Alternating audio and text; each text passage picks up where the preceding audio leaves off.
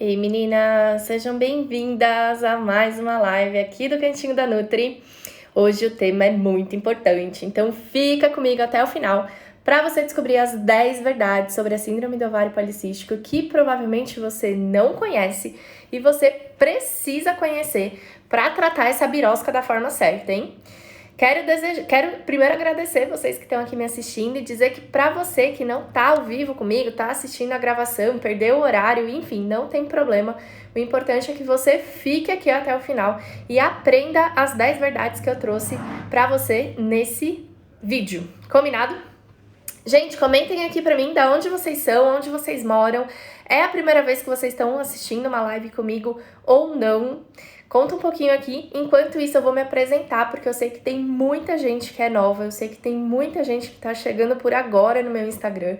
Então, pra você que é essa pessoa que nunca viu um vídeo meu, nunca esteve ao vivo comigo, hoje é a sua primeira vez, quero dizer aqui, né, primeiro agradecer a presença de cada uma e me apresentar. O meu nome é Carol Faria, eu sou nutricionista, sou também formada em educação física, sou coach de emagrecimento, mas eu acho que mais importante do que todas as minhas formações acadêmicas é o fato de que eu também sou portadora da síndrome do ovário policístico, assim como vocês. Sou portadora há 20 anos, né? Agora que chegamos no ano de 2020, sou portadora há 20 anos e há 4 eu trabalho exclusivamente com saúde da mulher, cuidando de mulheres que também são portadoras da síndrome do ovário policístico ou de endometriose, mulheres que pretendem, querem ser mães, mas com um foco bem concreto na síndrome do ovário policístico, que é a área que mais enche os meus olhos, que mais enche meu coração e que me torna, uma profissional melhor e mais feliz, enfim, mais realizada comigo mesma. Então, por que eu faço o que eu faço, né? Porque assim como vocês, gente, eu já sofri, as consequências da síndrome do ovário policístico.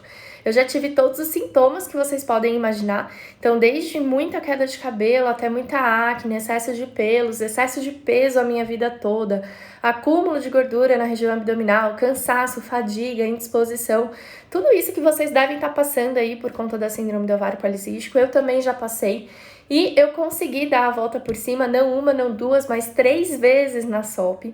E de forma natural, sem medicamentos, sem hormônios, sem anticoncepcionais. Há 4 anos, desde que meu filho caçula nasceu, eu resolvi me dedicar exclusivamente a vocês, portadoras da síndrome do ovário policístico, porque foi nessa ocasião que eu me dei conta, de qual era a minha verdadeira missão nessa terra, o que eu vim fazer nesse mundo aqui e o que eu tinha que fazer para ajudar cada vez mais pessoas. Então, há 4 anos, eu trabalho exclusivamente com saúde na mulher, com o público feminino, e ajudo vocês a também terem mais saúde, mais autoestima, mais bem-estar, a se sentirem mais felizes, a serem mães, para quem tem esse objetivo, para quem tem esse sonho. E hoje, como eu falei, o tema, coloquei aqui para vocês saberem as 10 verdades sobre a síndrome do ovário policístico que você precisa conhecer. Quem já me segue aqui há muito tempo, quem já acompanha os meus vídeos há muito tempo, quem participou da semana de combate à SOP, provavelmente essas verdades não vão ser tão novidades assim para vocês, porque vocês já estão aí, num nível de conhecimento, de estudo um pouquinho mais profundo. Mas para vocês que estão chegando agora, para vocês que começaram a me seguir recentemente, para vocês que, enfim, não conhecem muito sobre a síndrome do ovário policístico, eu tenho certeza que vai ajudar muito a vocês terem mais clareza sobre o que é a SOP, sobre quais são os efeitos, quais são as consequências dela, o que é verdade e mentira, em tudo que envolve aí o tratamento da síndrome do ovário policístico. E a partir de agora vocês estão com a Ana Vitória aí nos comentários para ajudar vocês respondendo as dúvidas e as dificuldades aí do que vocês não entenderem que eu estiver falando aqui. Ana Vitória, dá um beijo aí para todo mundo, manda um oi bem grande para todo mundo ver quem é você. A Ana é da minha equipe e ela fica durante a live respondendo as dúvidas, e os comentários de vocês aí no chat. Porque, gente, eu não sou aquela pessoa que consegue ler o comentário, explicar o que eu tenho que explicar, me concentrar no assunto, mandar beijo pro Rio de Janeiro, que eu vi que alguém aí pediu, e sair bem, com tudo isso não. Então a Ana Vitória fica aí com vocês no chat, enquanto eu fico aqui tascando conteúdo, beleza? E olha só, gente, quem não está no meu canal do Telegram precisa correr pra lá hoje. Por quê? Eu vou falar aqui sobre muitas coisas, tá? Então não vai ser um tema que eu vou poder ficar explicando detalhadamente cada uma das coisas, porque são muitas coisas, são 10 verdades, então são muitos itens. Quando acabar a live, eu vou publicar lá no meu canal do Telegram um resumo da live, com as 10 verdades e as informações mais importantes sobre cada uma dessas verdades. Quem quer esse presente, quem quer guardar essa informação, além do vídeo, ainda ter alguma coisa ali para ler, para tirar dúvida quando precisar, quem quer, coloca eu aqui nos comentários. Se você está assistindo a gravação, também não tem problema, responde eu aqui embaixo para eu saber que você esteve aqui, que você assistiu o vídeo. E lá no canal do Telegram, então, vocês vão receber esse conteúdo, tá bom? Gente, o canal é 100% gratuito, não precisa de absolutamente nada para participar. É só vocês terem o aplicativo Telegram no celular de vocês, que é como se fosse um WhatsApp, ele também é um aplicativo gratuito. E aí você vai lá no link azul do meu perfil, clica em canal do Telegram e você vai ser direcionada para dentro do canal, onde eu vou postar, então, esse resumo da live com as principais informações. Combinado? Vamos lá, então, começar, né? Porque senão não vai dar tempo da gente falar tudo que precisa falar. Gente, primeira grande verdade sobre a síndrome do ovário policístico, que muitas pessoas aqui talvez conheçam, muitas não conheçam. E para você que conhece, gente, que também já me segue há mais tempo, já viu todos os vídeos, fica até o final, porque conhecimento nunca é demais. Por mais que eu esteja falando algo que você já sabe, algo que você já teve em algum momento aí da nossa relação, né, que você já teve informação, gente, nunca é demais relembrar, nunca é demais, a gente sempre aprende um detalhe novo, a gente sempre fixa uma informação que de repente não estava tão clara no nosso radar. Então é muito bacana que você fique até o final, mesmo que você já tenha conhecimento sobre tudo que eu vou falar aqui, beleza? Gente, a primeira verdade que eu considero muito importante para qualquer mulher, né, que tem síndrome do ovário policístico, é saber que a SOP não é a mesma para todo mundo. Então eu recebo diariamente dezenas de perguntas do tipo: Carol, eu não tenho cistos nos ovários, mas eu tenho queda de cabelo, eu tenho acne, eu tenho todos os sintomas, o meu ciclo menstrual é irregular. Será que eu tenho SOP? Ou então, perguntas do tipo: Carol, eu tenho cisto no ovário, minha menstruação é uma bagunça, mas eu não tenho nenhum sintoma que a minha amiga tem. Eu não sofro de queda de cabelo, de acne, de excesso de pelos. Será que eu tenho síndrome do ovário policístico mesmo? E, gente, é muito importante que vocês entendam que a SOP, ela não é a mesma para todas as mulheres. Vai sempre existir aquela pessoa que a gente brinca, né, que é portadora de síndrome do ovário policístico de livro, ou seja, que manifesta todos os critérios da síndrome, que apresenta todos os sintomas, que tem todas as alterações.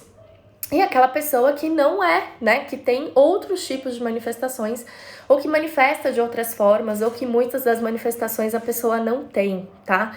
Então, é muito importante que vocês entendam que a SOP não é a mesma para todo mundo. E tanto não é que existem atualmente 4 fenótipos da síndrome do ovário policístico, ou seja, 4 tipos, entre aspas, de SOP que caracteriza cada uma das portadoras. Essa SOP de livro que eu falei pra vocês, que seria essa síndrome do ovário policístico, onde a mulher manifesta todos os sintomas, todas as manifestações, também não fiquem apavoradas, tá? Se você for esse tipo, porque eu sou, né? Eu sou fenótipo A. Eu tenho todos os critérios pro diagnóstico da síndrome do ovário policístico. Quais são esses critérios? Quando a minha SOP não está controlada, quando eu não estou, né, com ela tratada, eu tenho os sintomas clínicos, então acne, queda de cabelo, excesso de pelos e etc. Eu tenho ciclos menstruais irregulares e, na verdade, ausentes. Eu já fiquei mais de 6 meses sem menstruar. E eu tenho cistos nos ovários. Então, eu já tive o ovário dilatado com muitos e muitos cistinhos lá dentro, tá? Então, quem é fenótipo A apresenta esses 3 critérios: o ciclo menstrual irregular ou sem ovulação, os cistos nos ovários e também as manifestações clínicas de hiperandrogenismo, ou seja, sintomas estéticos e alterações de aumento de hormônios masculinos no exame de sangue. Se você é fenótipo A, tá tudo bem, não está tudo perdido, tá?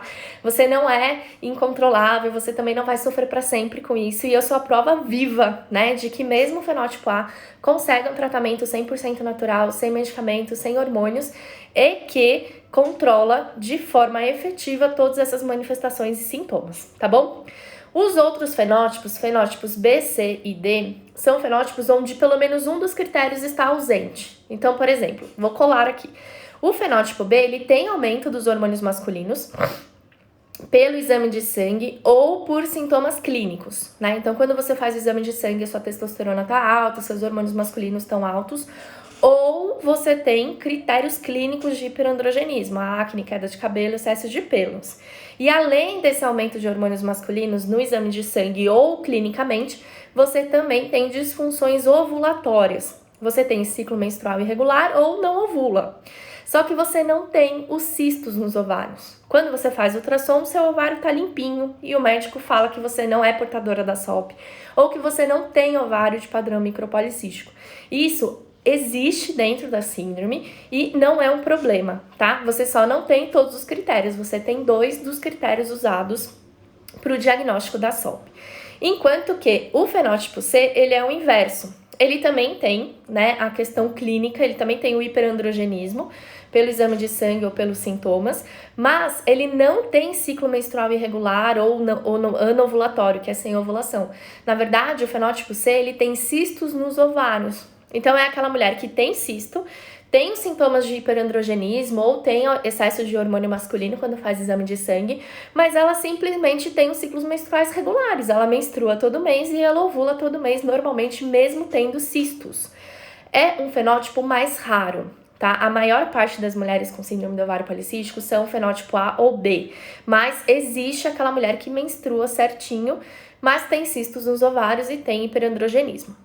E o fenótipo D, a gente brinca que é o fenótipo menos agressivo, mas é só uma forma didática da gente explicar para as pessoas, tá? Porque na verdade os 4 fenótipos precisam de tratamento, os 4 fenótipos podem ter consequências quando a SOP não é tratada, quando a SOP não é cuidada da forma como deveria. Mas por que a gente sempre fala que o fenótipo D seria o melhor de se ter, né? Tipo, se eu tivesse que escolher qual é meu fenótipo, eu escolheria o fenótipo D. Porque no fenótipo D não tem alterações hormonais. Então, a mulher não tem excesso de testosterona, ela não tem sintomas clínicos de acne, queda de cabelo, excesso de pelos e tudo mais. Ela vai ter os cistos nos ovários e o ciclo menstrual irregular, mas ela não apresenta nenhuma outra manifestação clínica ou hormonal nos exames de sangue que justifique, aparentemente, esse ciclo menstrual irregular, além dos próprios cistos, tá? Então, percebam, gente, enquanto eu fui falando, vocês mesmos foram colocando aqui nos comentários, né? Coloquem aí pra mim, qual é o seu fenótipo? Quem não colocou, coloca aqui pra mim saber. Qual que é o seu fenótipo? O fenótipo A, que tem todos os critérios. O fenótipo B, que tem o aumento dos hormônios masculinos e o ciclo anovulatório ou disfunção menstrual, mas não tem cistos. O fenótipo C, que tem aumento dos hormônios, tem cistos, mas não tem ciclo irregular. Ou o fenótipo D, onde o ciclo menstrual é regular, a mulher não... Aliás, é irregular, a mulher tem cistos, mas não tem alterações hormonais, tá? Vão colocando aí. E a gente tá vendo que existe muita gente de fenótipo A, muita gente de fenótipo B, algumas pessoas do fenótipo C. Até agora eu não vi ninguém do fenótipo D aqui se manifestar, mas a gente vê que existem, né, pessoas que manifestam da forma diferente da colega, da amiga e tudo mais. Ah, a Jaqueline apareceu, Jaqueline do fenótipo D. Viu, gente? A Vanágila. Eu chamo ela de Van, tá? A Van também é fenótipo D. Então, gente, você que tá aí assistindo a reprise, tá assistindo a gravação, coloca também aqui pra mim nos comentários qual é o seu fenótipo, tá? Eu quero saber. Então, a primeira grande verdade que vocês descobriram na live de hoje é que tá tudo bem se a sua amiga manifesta a síndrome do ovário policístico de uma forma e você manifesta de outra. E tá tudo bem se você não tem todos os critérios e tá tudo bem também se você não tem cistos no ovário, embora seja portadora da síndrome do ovário policístico, tá? Grava essa informação aí na cabecinha de vocês, porque a gente vai voltar a falar disso, na verdade, 6, tá? Então, guarda aí a informação. Segunda grande verdade, e aí eu tentei colocar essas verdades não em ordem de importância, mas em uma ordem lógica para que vocês entendam, tá? Que vocês acompanhem o raciocínio lógico do início ao fim da live. A segunda grande verdade, e que muita gente desconhece, é que o grande problema da síndrome do ovário policístico, gente, não é ter cisto no ovário, não é ter ciclo menstrual irregular e nem é sequer ter o excesso do hormônio masculino. O grande problema da síndrome do ovário policístico é onde ela se desenvolve, é onde ela nasce e onde ela se manifesta e cresce. E onde isso acontece? Qual seria a origem da síndrome do ovário policístico? Pelo que a gente tem de estudo e pelo que a gente tem de informação hoje, é a resistência à insulina. Então, o que tudo leva a crer, né, o que se acredita hoje, a melhor explicação que se tem, né, para a origem da SOP, diz que a síndrome do ovário policístico é uma doença de herança genética. Então, mulheres portadoras da síndrome do ovário policístico transmitiriam para suas filhas mulheres um gene, né, genes, na verdade, porque são vários, que apresentariam a tendência ao desenvolvimento da síndrome do ovário policístico. Então, a gente sabe hoje que existem várias modificações epigenéticas na mulher com síndrome do ovário policístico, que é transmitida para sua filha menina ou mulher. E aí, essa mulher, quando exposta a fatores ambientais, desenvolve a síndrome. Isso explica porque, às vezes, mães portadoras de SOP têm filhas que não são portadoras e nós, né, faixa etária aí dos 25 aos 35, temos síndrome do ovário policístico, mas nossa mãe não relatava ou não relata, né, sintomas ou manifestações. Porque muitas vezes a menina, a mulher, a adolescente é portadora desse gene, ela tem a tendência genética, mas ela não manifesta a síndrome do ovário policístico porque ela não é exposta aos fatores ambientais que fariam ela manifestar. Quais são esses fatores? Má alimentação, atividade sedentária, então sedentarismo, né? Falta de atividade física. Gente, eu não sei o que tem na tela aí não, que vocês estão reclamando que tá estranho ver. A Lígia colocou assim, tira esse negócio da tela que tá muito estranho ver a live assim. Gente, eu não sei o que é que vocês estão falando, coloca aqui pra mim, tá?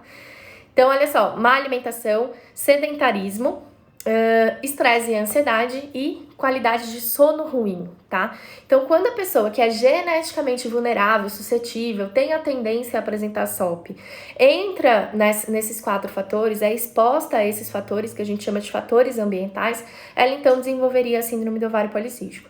Por qual mecanismo? Num primeiro momento, por disbiose, desequilíbrio da microbiota intestinal gerada pela alimentação ruim.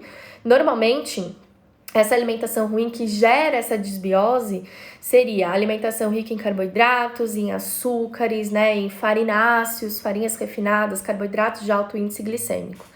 E aí o que aconteceu? Você tem essa desbiose por conta dessa má alimentação, o seu intestino entra em desequilíbrio, então isso faz com que você tenha uma dificuldade na absorção dos nutrientes, e essa própria situação intestinal gera uma resistência à insulina, que é uma dificuldade do seu organismo de absorver e utilizar o carboidrato da forma como deveria. Então, onde nasce a síndrome do ovário policístico? Não nasce no cisto no ovário, não nasce na trompa, não nasce no útero. A síndrome do ovário policístico nasce, na verdade, de uma alteração metabólica causada, na maior parte das vezes, por má alimentação, sedentarismo, estresse e ansiedade, má qualidade de sono. E isso explica também, gente, eu nem coloquei aqui nas verdades, porque eu acho que tá subentendido, né, nessa verdade 2, isso explica porque uma cirurgia de esterectomia, por exemplo, de retirada do aparelho reprodutor feminino, não resolve a síndrome do ovário policístico. Eu recebo, gente, parte o meu coração, tá? Da mesma forma como eu sou amplamente feliz tratando de síndrome do ovário policístico, cuidando de vocês, comandando os meus grupos, parte o meu coração, mensagens que eu recebo de pessoas desesperadas, né, no inbox, no chat, enfim, no direct aqui do Instagram, que elas estão tão desesperadas por conta dos sintomas e das manifestações da síndrome que elas pensam em retirar o aparelho reprodutor delas, retirar o útero, as trompas, os ovários, para não ter mais a síndrome do ovário policístico. E aí, gente, é completamente, assim, ruim pra mim ter que responder para essa pessoa que nem assim ela se veria livre da síndrome do ovário policístico. Ela se veria livre do quê? Dos ciclos menstruais irregulares e dos cistos nos ovários. Mas todas as outras questões de hiperandrogenismo, de sintomas clínicos, de cansaço, fadiga, vontade de doce, dificuldade para perder peso, tudo isso continuaria existindo. E é por isso que a maior parte dos estudiosos que lidam com a síndrome do ovário policístico estão tentando fortemente mudar o nome de síndrome do ovário policístico para síndrome metabólica reprodutiva. E eu sou uma dessas pessoas que está torcendo muito para que o nome mude. Porque quando a gente fala em síndrome do ovário policístico, a gente de cara remete aos cistos nos ovários, né? Como se o cisto no ovário fosse o principal problema, o maior problema. E na verdade não é, e o seu útero e o seu ovário não têm culpa, e eles estão na verdade sofrendo as consequências dessa síndrome. Quando a gente chama de síndrome metabólica reprodutiva, a gente entende a causa como um problema metabólico, que na verdade é, né? Por isso isso que eu falei que o grande problema nasce na resistência à insulina. E uma outra coisa assim que é fundamental, inclusive foi uma das perguntas de uma das minhas turmas hoje, se eu não me engano, PCS 8 ou PCS 7, eu não lembro qual foi a turma que questionou. Quando uma mãe é portadora da síndrome do ovário policístico e tem um filho homem, tem um filho menino, esse filho menino sofre alguma consequência? Ele não é mulher, então ele não vai desenvolver a síndrome do ovário policístico.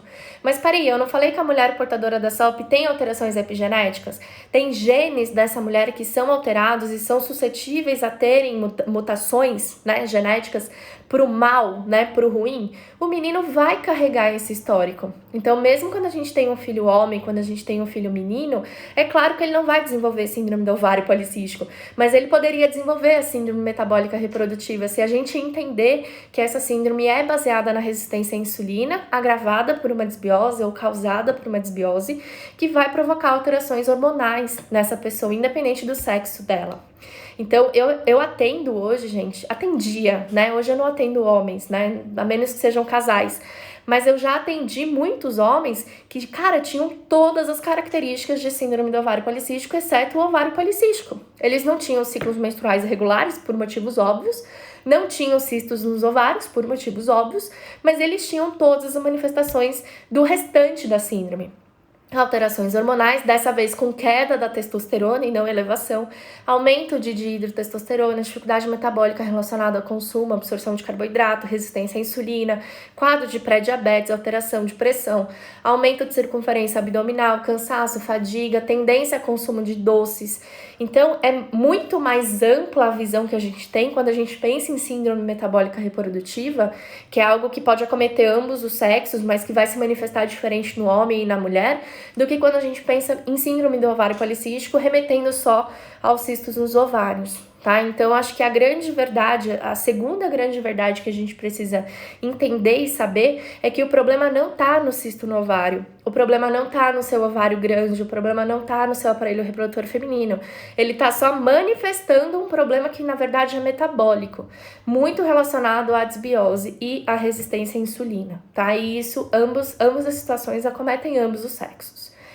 Beleza? Até aqui tudo bem?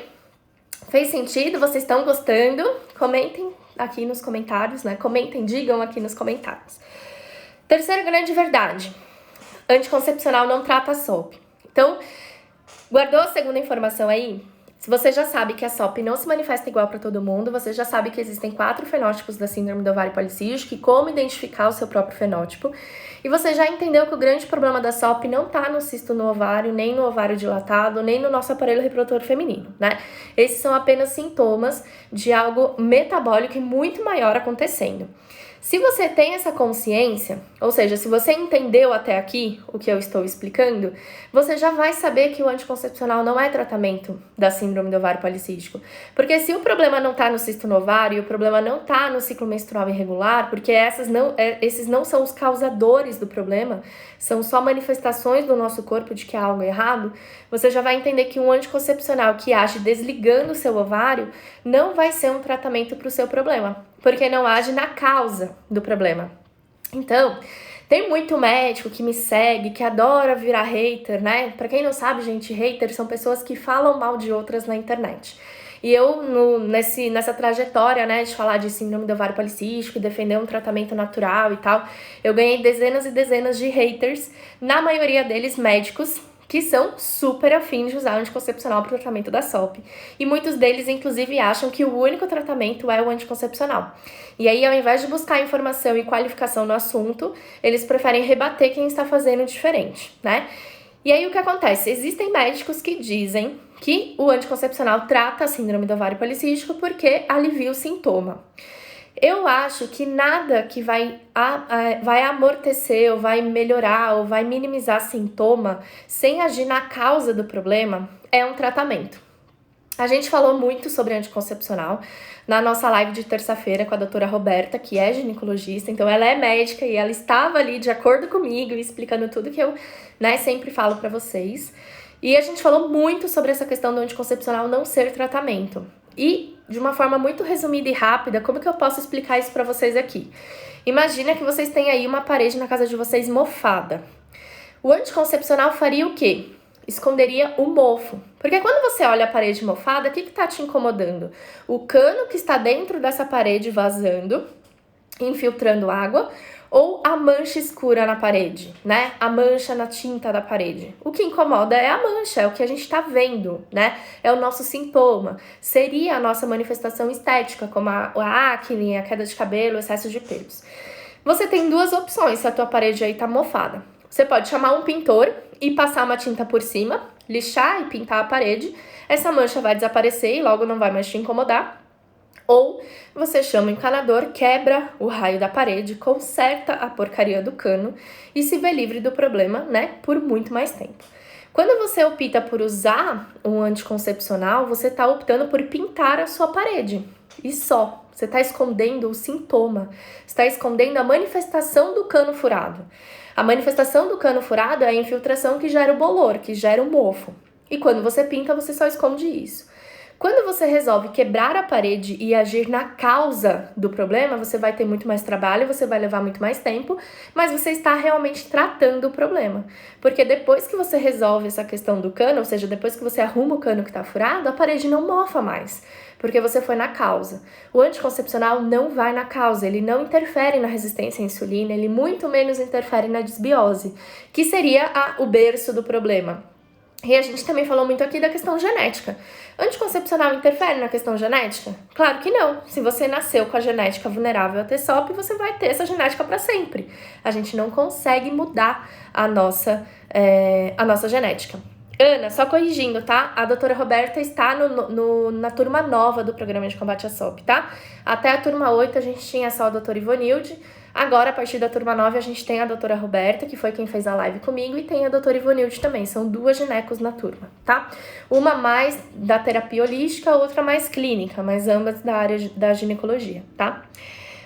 Voltando. Se a gente entende que a SOP é de origem genética, causada pela desbiose e agravada pela resistência à insulina, a gente sabe que, então, o anticoncepcional não vai tratar, porque não vai agir na causa. Vocês concordam, gente, que pra gente dizer que tá tratando tem que ser na causa?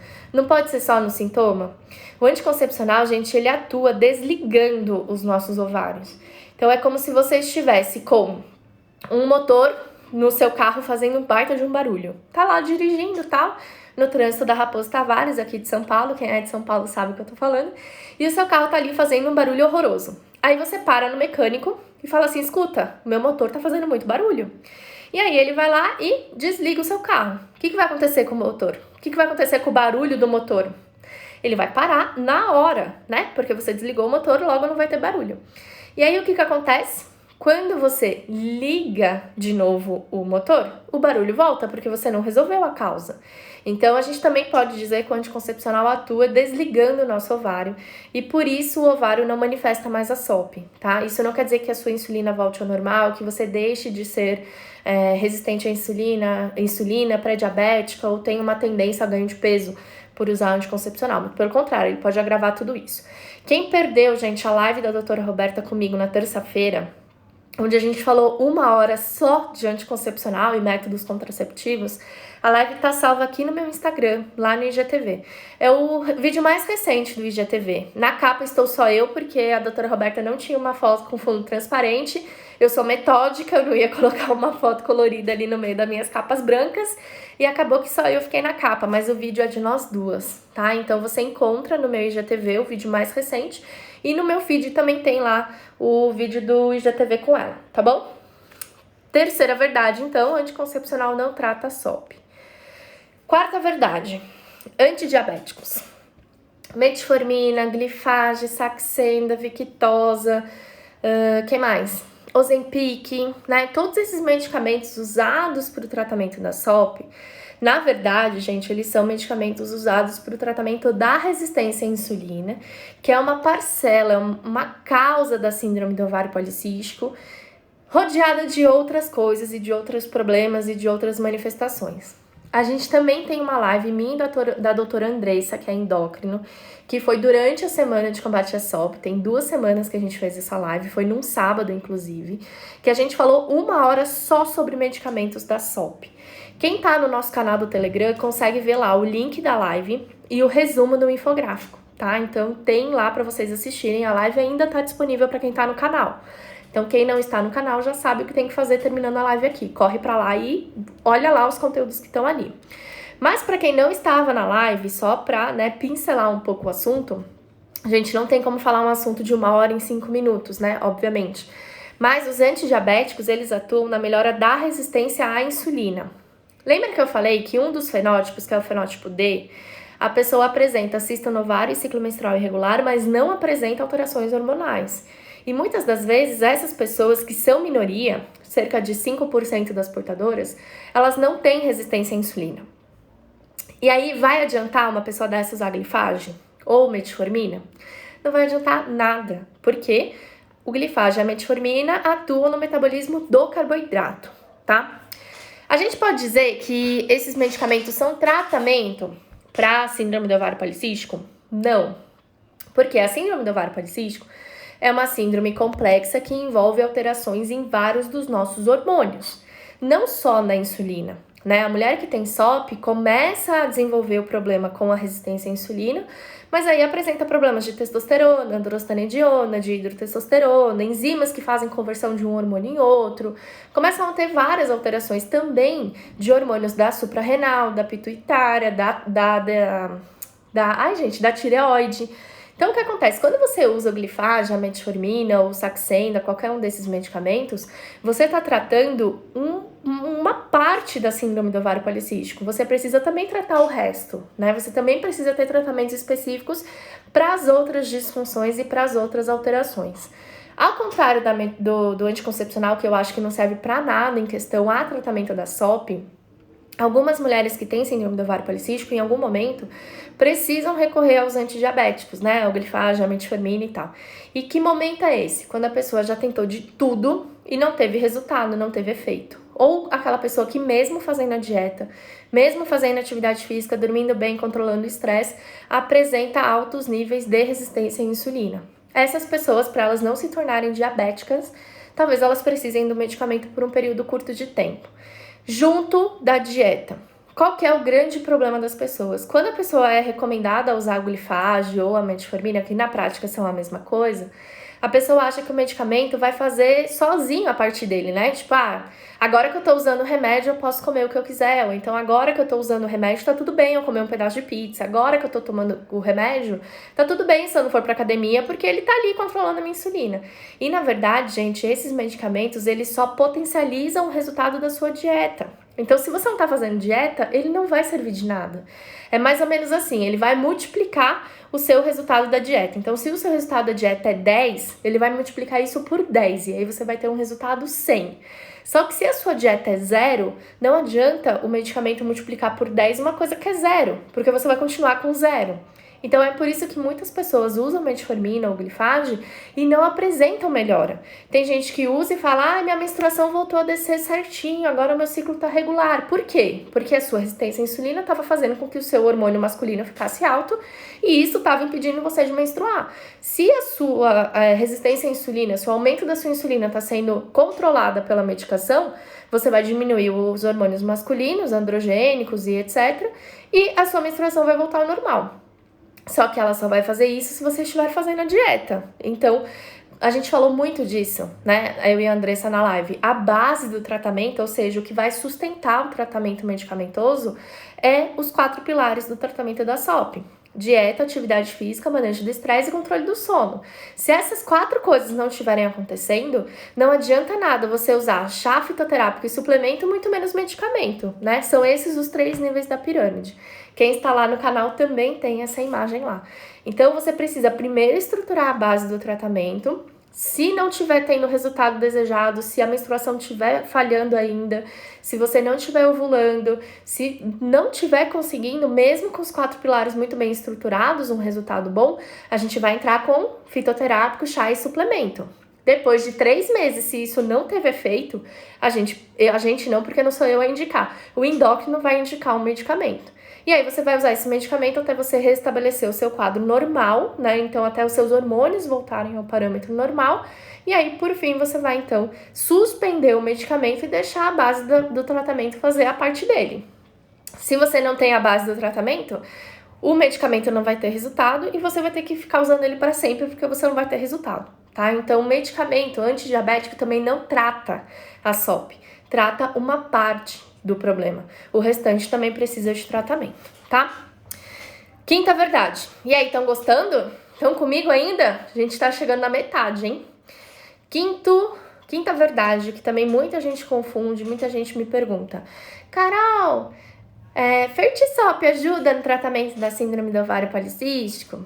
Carol, ácido fólico ajuda a engravidar? Gente, primeiro, né? Fertisop, Famisop, todos esses raios aí que chamam uma mistura de fertilidade com SOP, ou de feminino com SOP, ou de, enfim, mulher com SOP, são, na maioria das vezes, imitações do Fertisop, que é uma combinação de mil-inositol com ácido fólico, tá?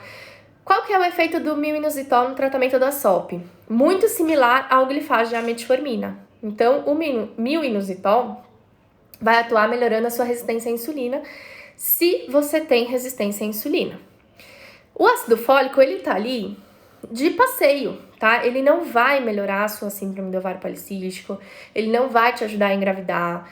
A combinação do mil-inositol com o ácido fólico não é para fertilidade. Então, eu sempre digo que quando a gente pensa em Fertisop, a gente pensa em um remédio que melhora a fertilidade da mulher que tem síndrome do ovário policístico, porque a junção o nome faz a gente subentender isso, né? Ferti, de fertilidade, SOP, de síndrome do ovário policístico. Mas, na real, gente, o mil-inositol ou Fertisop só teria um benefício para a fertilidade da mulher com SOP se ela fosse resistente à insulina, se ela tiver resistência à insulina, se ela estiver fazendo a dieta e o mil-inositol colaborar para esse resultado, ou seja, potencializar o controle da insulina, que é o papel do mil-inositol. O ácido fólico tá ali porque se a mulher tá tentando engravidar, ela precisa estar tomando ácido fólico e vai suprir a necessidade. Agora, o nutriente ácido fólico, gente, ele é passado para a mulher que tá tentando engravidar ou que pretende engravidar, porque ele é um nutriente essencial na formação da placa neural, no fechamento do tubo neural do neném. Então, toda mulher que fala pro médico que vai começar as tentativas, ou que está tentando engravidar, ou que não está prevenindo, acaba meio que recebendo a recomendação de antes ácido fólico, agora metilfolato, que é uma versão muito mais absorvida e de muito mais efeito, né, para esse objetivo que a gente tem de formação neural do neném, mas com esse objetivo de não faltar o nutriente na hora que a mulher estiver precisando dele, que é na hora de formar esse neném e a parte do sistema nervoso central do bebê, tá? Ele não vai melhorar a fertilidade, ele não vai retomar os seus ciclos menstruais, ele não vai fazer você ficar mais fértil por estar usando ácido fólico, tá bom? Até, gente, é importante dizer aqui que altas dosagens de ácido fólico já foram relacionadas em alguns estudos com a presença do autismo, tá? Então, se você é tentante, pergunte para o seu médico, pergunte para a sua nutricionista se você precisa usar o ácido fólico, que quantidade você vai usar e qual é o tipo, qual é a estrutura química dessa molécula que vai ser melhor para você. Porque eu já vi mulheres no meu consultório que estavam usando metilfolato numa fórmula XYZ que a dermatologista passou para ela para ajudar na questão da acne, que é a forma mais ativa e melhor absorvida desse tal ácido fólico. Elas estavam usando Endofolin 5mg, que já é 10 vezes mais a recomendação necessária para a mulher que é tentante em relação ao ácido fólico, e ela também estava usando mil-inositol, então, que era o Fertisop. Então, três dosagens de ácido fólico em altíssimas dosagens no mesmo dia. Então, é muito arriscado você ficar usando coisas por si própria e também, né, por indicações de profissionais que não se comunicam. Então, o seu ginecologista passa uma coisa, a sua nutri passa outra e a sua dermato passa uma terceira. No fim das contas, você está tomando a mesma coisa vindo de 3 lugares diferentes. Então, gente, procurem equipes que se conversem, né, profissionais que não sejam metidos a ponto de não conversar com outros profissionais que estão cuidando de você, porque essa informação é extremamente importante, não só para que o nosso trabalho seja feito, mas para que a sua saúde não fique em risco por conta dessa falta de comunicação, tá bom? Aí eu cheguei na verdade 6. Lembra que eu falei para vocês guardarem a informação 2 na cabeça, né? A 2 era em relação ao grande problema da SOP ser a resistência à insulina, e não os cistos no ovário, e não, né, a questão do aparelho reprodutor feminino. Por que eu pedi para vocês guardarem essa informação aí numa caixinha dentro da cabeça? Porque a verdade 6 é que a SOP não tem cura. E aí, o que acontece? Quando a gente fala que a gente é portadora da síndrome do ovário policístico, fenótipo A, que é o meu caso, e aí eu digo que a portadora fenótipo A tem queda de cabelo, acne, excesso de pelos, excesso de peso, ciclo menstrual irregular, cisto no ovário, ela manifesta a SOP de todas as formas. E aí, essa mulher consegue o controle disso, consegue o tratamento disso, como eu, por exemplo. O que vai acontecer? Ela vai ao médico, como aconteceu comigo várias vezes desde o ano passado e esse ano não, porque a gente ainda tá em janeiro, 2018 e 2019. Eu vou no médico e o médico fala que eu fui curada, que eu não tenho mais síndrome do ovário policístico. Doutora, mas como assim eu não tenho mais síndrome do ovário policístico? Não, você não tem. Você não tem cisto no ovário, seu ciclo menstrual tá vindo certinho a cada 30 dias, 32 dias, isso não é atraso. E olhando pra você, você não tem acne, não tem queda de cabelo, não tem pelo, né? Por que você vai ter síndrome do ovário policístico? Impossível, você não tem. Gente, a síndrome do ovário policístico não tem cura. Como qualquer outra síndrome, ela não tem começo nem fim. Uma vez que você desenvolve, você vai ter ela para sempre. O que muda em relação às outras síndromes é que a SOP pode ficar por períodos sem manifestar. Então, eu fiquei, por exemplo, 5 anos sem manifestar a síndrome do ovário policístico. Engravidei da minha primeira filha, continuei sem manifestar. Engravidei do meu segundo filho, vacilei, comi demais, fiquei sedentária, tive risco de aborto e etc. Manifestei. Então, quer dizer, eu fiquei 6 anos sem a SOP, depois eu fiquei 1 ano com a SOP e aí agora eu não tenho mais a SOP. Gente, isso não existe. O que muda realmente é a manifestação. Então, você pode não estar manifestada, né? Pode não ter a manifestação da SOP, pode não ter o sintoma da síndrome do ovário policístico, mas você tem que ter a consciência de que a SOP está lá. Principalmente quando a gente pensa na questão genética envolvida, né? Eu recebi o gene da SOP da minha mãe. Minha mãe teve, minha irmã tem, coisa que ela não sabia, ela começou a saber quando veio trabalhar comigo. Todas nós temos. Só que em alguns momentos a gente vai manifestar e outras não. E aí a gente tem que saber disso, porque o médico que avalia a gente de forma pontual, que olha pra você hoje de forma isolada do que você foi no passado, do que você teve no passado, do que você relata do seu passado, muitos médicos nem querem ouvir, né, o que você tem pra contar e o que aconteceu pra trás, eles querem saber qual é a sua queixa hoje. Eles não olham pro seu histórico. Eles não vão ter a capacidade de fazer um diagnóstico correto e vão, talvez, acreditar que você nunca teve SOP, que isso é coisa da sua cabeça e tudo mais, tá? Então, é muito importante saber que a SOP não tem cura e que mesmo que você não esteja manifestando todos os sintomas, o seu fenótipo não muda. Então, eu continuo sendo fenótipo A, mesmo tendo ciclo regular, não tendo cistos e não tendo sintomas clínicos de acne, queda de cabelo e pelos, tá? Em algum momento da vida isso pode voltar, se Deus quiser não, porque agora eu tô muito consciente, cuidando muito de mim, mas o meu fenótipo vai ser sempre o mesmo, tá? E o mesmo acontece com os outros fenótipos, os fenótipos não mudam. Ah, Carol, eu achei que eu era fenótipo A porque eu já tive cistos no ovário, mas hoje eu não tenho mais, então eu sou fenótipo B. Não, o fenótipo não muda, você continua sendo fenótipo A sem manifestar cistos no ovário, tá bom? 7ª verdade. Gente, quem aqui já foi chamada de preguiçosa? Ou quem aqui já se achou preguiçosa? Falou, ai gente, eu não tenho jeito não, eu sou preguiçosa mesmo, eu preciso dormir 14, 15, 16 horas, quero que o mundo acabe em barranco pra eu morrer encostada. Todo mundo me fala isso e é verdade mesmo, eu sou assim, eu não vou mudar. Alguém já pensou dessa forma? Porque uma das grandes manifestações da síndrome do ovário policístico, gente, é cansaço, fadiga e indisposição. É aquela mulher que não tem energia para fazer as coisas, que quanto mais dorme, mais quer dormir. Dorme 8, 9, 10 horas por dia, se pudesse dormir mais. Dorme e acorda com sono. Às vezes acorda mais cansada do que foi dormir. Gente, isso é muito característico da resistência à insulina. Com um diferencial, a mulher quando tem resistência à insulina, além de ter essa preguiça inexplicável, sem fim, ela também sente muita fome. Então, você, ao mesmo tempo que sente cansaço, fadiga, indisposição, não tem vontade nem energia de fazer nada, você tá sempre com fome de carboidrato. Você quer consumir o quê? O que é gostoso, gente. Vocês querem consumir o que Deus fez de bom, né? Tipo pão, massa, doce, bomba de chocolate, biscoito recheado, traquinas, tudo que tem muito açúcar, que tem muita farinha, que vira energia de forma rápida. Porque se a gente tá cansado e não tem energia, a gente vai comer o alimento que tem energia e vai ficar com energia. Errado. A gente fica cansada, sem energia, come o alimento rico em carboidrato e fica mais cansado e com mais fome. Esse é o ciclo da resistência à insulina, porque quanto mais você come, mais dificuldade de absorver e usar o carboidrato você tem. Isso te gera mais cansaço e mais fome. E aí você entra num ciclo que é completamente vicioso, né? Parece que você não tem começo nem fim o negócio. Se você pudesse, se o mundo acabasse em barranco, tinha que ser ainda encostada na pizzaria, né? Que era para ir comendo ali enquanto o negócio pegava fogo. Então, gente, carboidrato mais cansaço não quer dizer que você é preguiçosa, quer dizer que você muito provavelmente tem resistência à insulina, como 94% das mulheres têm, com o SOP tem, e você precisa investigar, precisa diagnosticar essa bagaça direito, né? Fazer curva de glicose, fazer curva de insulina e tratar. Tratar como? O mesmo tratamento que você faz para SOP. Dieta, atividade física, manejo do estresse e da ansiedade, melhora do sono. Ah, Carol, mas eu tô fazendo a dieta certinho, ó. Fiz, 100%, tudo que você tá falando eu tô aplicando.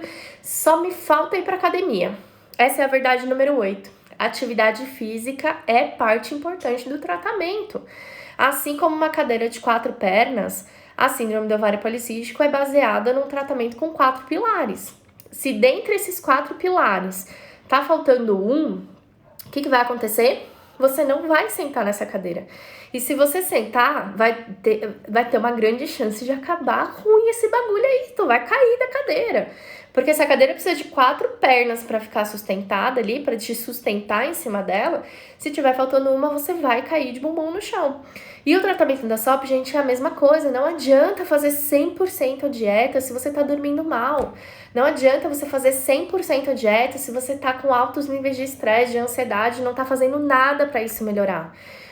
Tudo bem que você vai continuar tendo estresse e ansiedade, né? A gente sabe que no dia a dia, na vida que a gente tem hoje, é impossível a gente fugir disso. Mas a forma como isso afeta a gente pode mudar. O impacto que isso tem no nosso corpo, no nosso metabolismo, nos nossos pensamentos pode mudar. E existem técnicas, táticas que ajudam a gente a controlar isso. Se você tem altos níveis de estresse e ansiedade e não está fazendo nada para se proteger, não adianta fazer 100% da dieta que vai tratar a SOP. E atividade física é a mesma coisa. Se você tá ali fazendo direitinho a alimentação, mas não tá treinando, grande chance é de que você ache que isso não vai ter fim nunca e que pra você o tratamento não dá certo. Eu vejo muito isso, gente. O pessoal chega no grupo de 30 dias contra a SOP ou até no programa de combate à SOP é mais difícil, porque quando a pessoa chega no programa, ela já tá com uma estrutura melhor, ela já tá, com mais conhecimento e tal. Mas o pessoal que entra nos 30 dias contra a SOP, que, começou o tratamento, né? Tá naquele mundo de descoberta, de descobrir o que é isso, como que melhora, como que trata e tal, chega muitas vezes nessa percepção. Carol, eu tô fazendo tudo que eu posso e não tenho resultado, isso não é pra mim, eu não vou conseguir ter o tratamento da SOP. E aí, numa conversa de 5 minutos, eu percebo que essa pessoa tá colocando toda a energia dela em uma única coisa, em um único pilar, e tá esquecendo completamente os outros. E na verdade, gente, o que eu ensino, o tratamento da SOP, os 4 pilares, são coisas que qualquer pessoa precisa fazer. Quiçá as pessoas que não têm síndrome do ovário policístico. Porque se você quer viver mais, se você quer viver melhor, se você quer ter mais qualidade de vida, se você quer ver seus netos crescer, mesmo que você não tivesse a síndrome do ovário policístico, você precisaria desses 4 pilares na sua vida. Você precisaria fazer atividade física, controlar o estresse, melhorar o sono e fazer uma alimentação adequada. Então, gente, ter a síndrome do ovário policístico não é a pior maldição do mundo, não. É o que todo mundo deveria fazer para viver mais e melhor. E quando a gente começa a olhar com essa perspectiva, a gente começa a perceber que, na verdade, a gente é muito sortuda de ter a SOP e não ter outras coisas muito piores, né? Ter outros comprometimentos muito mais graves na nossa saúde, como algumas pessoas têm. Nona verdade. Fez sentido para vocês? Sim? Não? Nenhum? Carol viajou na maionese? Coloquem aqui.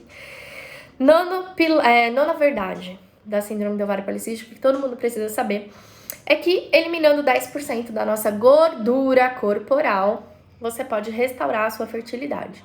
E isso vale para a pessoa que é magra, que não quer perder peso, que não quer emagrecer mais, tá? Quando a gente fala, gente, 10% do nosso valor de gordura corporal, a gente não tá falando necessariamente da pessoa emagrecer. A gente não tá falando necessariamente da pessoa perder medidas. A gente tá falando da pessoa perder gordura, tá? Se você faz parte dos 70% das portadoras que tem sobrepeso e obesidade, perder 10% da gordura vai resultar no emagrecimento e talvez você esteja querendo isso e não vai ser nenhum problema. Se você faz parte dos 30% das portadoras de SOP que são magras, você vai se incomodar porque vai achar que vai emagrecer. Não, não vai. Muitas vezes, gente, você tá magra, mas você é falsa magra. Olha só, nutri descarada, vem aqui às 9 horas da noite me chamar de falsa. Gente, falsa magra é aquela pessoa que parece magra, mas que quando a gente estima o percentual de gordura, ele tá acima da recomendação. Como que a gente estima o percentual de gordura? Através de avaliação física. Que tipo de avaliação física? Pode ser antropometria, pode ser bioimpedância, tem vários tipos de avaliações, dentre os quais essas duas são as mais comuns. Quem faz essa avaliação? Nutricionista e personal, né? Então algumas academias também têm. Quando você faz essa avaliação física, o ideal para a mulher é que o percentual de gordura, ou seja, quanto de gordura corporal você tem, fique abaixo de 25%, e idealmente 21%. Então, o que a gente vai buscar? Qual que é o nosso objetivo? 21% de gordura. Se você pesa 50 quilos, mas tem 30% de gordura, você é bem magrinha, usa um manequim baixo, né? Usa, sei lá, 34, 36 de calça jeans, mas você tem um percentual de gordura alto. E aí, trocar, que é completamente errado falar isso, tá? Trocar gordura por massa muscular vai te ajudar. Por que é completamente errado? Porque não existe isso, né? Gordura não se transforma em músculo. Você perde gordura e ao mesmo tempo você aumenta a massa muscular em processos distintos que um não tem nada a ver com o outro, tá?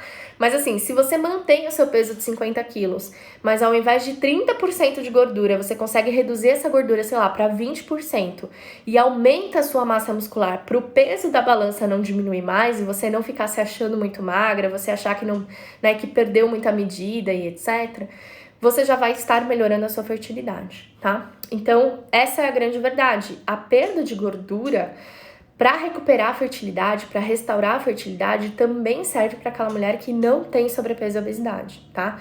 Serve também para a mulher que é magra. E, gente, a síndrome do ovário policístico não torna ninguém estéril, tá? A infertilidade causada pela SOP é temporária. O que isso quer dizer? Que enquanto você tá com a SOP bagunçada, os hormônios a mil, fazendo, né, uma produção hormonal incorreta, incoerente, hormônio masculino alto, progesterona baixa, resistência à insulina, ciclo anovulatório, ausência de menstruação, é claro que vai ser muito mais difícil, que sai impossível você engravidar numa situação dessa. Porém, quando você trata e restabelece os hormônios, a chance de você engravidar é a mesma de qualquer outra mulher. Então, a SOP não torna ninguém infértil, estéril, né? Você fica infértil pelo período que a SOP está manifestada e que os hormônios estão desequilibrados, tá bom? E a última verdade, olha, nossa, falei muito, gente. Não é qualquer low carb que ajuda no tratamento da síndrome do ovário policístico, tá? Você já deve ter ouvido falar que a melhor coisa para tratar a SOP é reduzir carboidrato, é fazer dieta low carb. Gente, não é só isso, tá? Reduzir a ingestão de carboidrato simples e refinado, açúcar, farinha, farináceo, pão, é excelente para você tratar a SOP e vai te ajudar. Só que isso não quer dizer que você vai ter que zerar os carboidratos, que você vai fazer uma dieta da proteína, uma dieta cetogênica, que você vai fazer jejum intermitente de 16 horas e ainda tudo junto e misturado, tá? A dieta que trata a síndrome do ovário policístico é uma dieta com menos carboidrato do que seria o padrão, do que seria o normal, mas não é uma dieta que zera os carboidratos, tá? Porque se você reduz demais os carboidratos, se você consome muito pouco carboidrato, ou se você tira por completo o carboidrato do seu dia a dia, você vai aumentar, por consequência de vários processos, o aumento da testosterona. E aí os sintomas da SOP vão, na verdade, piorar. E aí você fala, maldição, tô passando um monte de vontade de carboidrato, queria estar aqui banhada na pizza com sundae e batata frita, tô passando uma vontade, uma fome do cacete e esse sintoma só tá piorando, a minha acne piorou, a minha queda de cabelo piorou, a minha irritação piorou, tô quase perdendo o marido de tão puta da vida que eu tô. Gente, é a dieta errada, né? Você não está fazendo o que precisa fazer. E a dieta que trata a síndrome do ovário policístico vai muito além da dieta que só reduz carboidrato. Você tem que reduzir os carboidratos ruins, né? Os carboidratos refinados, de alto índice glicêmico e tal. Mas, ao mesmo tempo, você tem que colocar na sua rotina os alimentos que vão te ajudar. Os alimentos que vão ajudar o seu cabelo, os alimentos que vão ajudar a se livrar da acne, os alimentos que vão ajudar na redução da testosterona para você ter menos pelo. Você vai ter que incluir... Teve gente que ficou até com água na boca, vai vendo. Teve gente que colocou Heineken aqui nos comentários, gente. Que isso? Vocês estão pensando em comida e cerveja essa hora, numa quinta-feira. Ninguém trabalha aqui, não? Vamos falar sério, né? Olha isso. Então, até perdi o fio da meada, gente. A Heineken aqui foi a melhor. Aí eu olhei e falei assim, é um homem comentando. Não, não é uma mulher mesmo querendo beber cerveja quinta-feira, 9 horas da noite, assistindo a live da Nutri. Vai vendo. Então, olha só, resumindo, tá? Porque daqui a pouco o Instagram vai me tirar do ar. Você precisa, sim, reduzir os carboidratos ruins, mas você também precisa incluir os alimentos certos, você precisa incluir as especiarias corretas, os alimentos funcionais que vão atuar naquele sintoma que tá mais te incomodando. Então, não é simplesmente cortar carboidrato, é tirar os alimentos certos e incluir os certos. E a maior parte das pessoas não sabe, né, o que é exatamente esses alimentos. Quais são os alimentos para o cabelo, para a pele, para a unha, para a acne, para reduzir pelo, para melhorar a resistência à insulina, para reduzir circunferência abdominal, para melhorar a disposição. Então é todo um conjunto, né? Que a gente vai falar na próxima live, tá? Então anota aí, já deixa anotado, terça-feira, 8 horas da noite, eu vou entrar aqui e a gente vai falar dessa dieta low carb, não trata a síndrome do ovário. Não é qualquer dieta low carb que trata a síndrome do ovário policístico, porque, gente, eu falo sobre isso 1 hora fácil, tá? E ainda vai faltar tempo pra eu falar tudo que eu quero falar. Então, terça-feira a gente vai falar desse tópico em específico, beleza? Vou avisar também, nesses 2 minutos que me faltam, gente, 2 minutos mesmo, tá? Que a gente estamos abertas as inscrições dos 30 dias contra a SOP, tá? Muita gente aqui perguntando do programa de combate à SOP. Gente, o programa de combate à SOP zerou, tá? Todas as vagas preenchidas, graças a Deus. Uma turma linda que já tá em andamento, já tá lá no detox, já tá, caminhando. E a próxima turma do programa de combate à SOP deve acontecer aí pelo meio do ano, tá? Neste momento, o que eu tenho aberto, que pode te ajudar e que você deve fazer, mesmo que o seu objetivo seja o programa de combate à SOP no futuro? Os 30 dias contra a SOP. Por quê? Nos 30 dias contra a SOP, você vai ficar 30 dias comigo e com o Luiz, que é o nosso personal, dentro do grupo de WhatsApp, onde a gente vai tirar todas as suas dúvidas sobre alimentação, atividade física, manejo do estresse e da ansiedade e melhora do sono. A gente vai começar a estruturar esses 4 pilares do tratamento no seu dia a dia. Você vai ter um desafio por dia, por isso que chama 30 dias contra a SOP. Durante os 30 dias, você vai ter um desafio por dia para você começar a caminhar nesse tratamento. É como se fosse uma escada, gente. Você tem uma escada para subir de 30 degraus. Cara, não tenta subir os 30 de uma vez só, né? Não tenta ir do térreo para o primeiro andar com um único passo. Você vai ter passos. E aí você vai descobrir cada um desses passos durante os 30 dias através dos desafios. Além disso, você ganha os e-books de cardápios, de chás fitoterápicos, dos suplementos e também do manual low carb da SOP, que fala muito dessa questão de não ser qualquer low carb que trata a síndrome do ovário policístico. Você ganha 40 sugestões de cardápio divididas por sintomas para você conseguir entender qual que é o melhor cardápio ali, né, para a sua necessidade ou para o sintoma que está mais te incomodando. E você tem acesso às aulas da doutora Andressa, endócrino, da doutora Ivonilde, da doutora Juliana, ginecos, aula do Rui, psicólogo, aula da Yara, que é uma nutricionista comportamental, que ensina o Mindful Eating.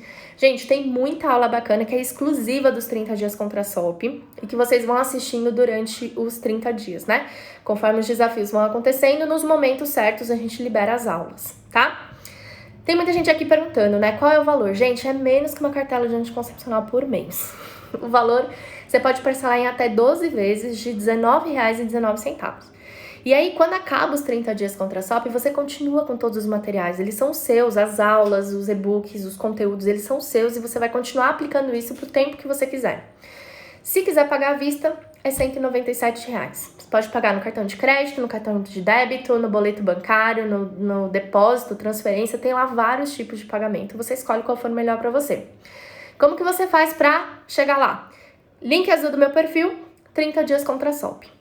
Tem toda a explicação ali do desafio e você já faz a sua inscrição pelo site da Hotmart.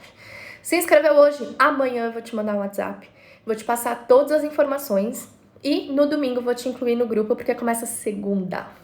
Então, olha só, quem não fez ainda os 30 dias, enquanto eu tava falando, muitas das minhas meninas estavam aqui comentando, nossa, é muito bom, é isso aí, faz mesmo, tipo, nossa, melhor investimento da vida, esse é show, hein? Muita gente que fez o desafio dos 30 dias tá aqui, recomendando pra vocês nos comentários. Você que não fez ainda, corre, garante a sua vaga, porque a gente também não sabe quando vai ser a outra turma. Eu só sei que essa vai ser a última turma com o valor de 2019, tá? Então, se você quer participar e ter o investimento de 197, corre porque a hora é agora. Beleza? Gente, obrigada, boa noite, fiquem com Deus. E anota aí, terça-feira, 8 da noite.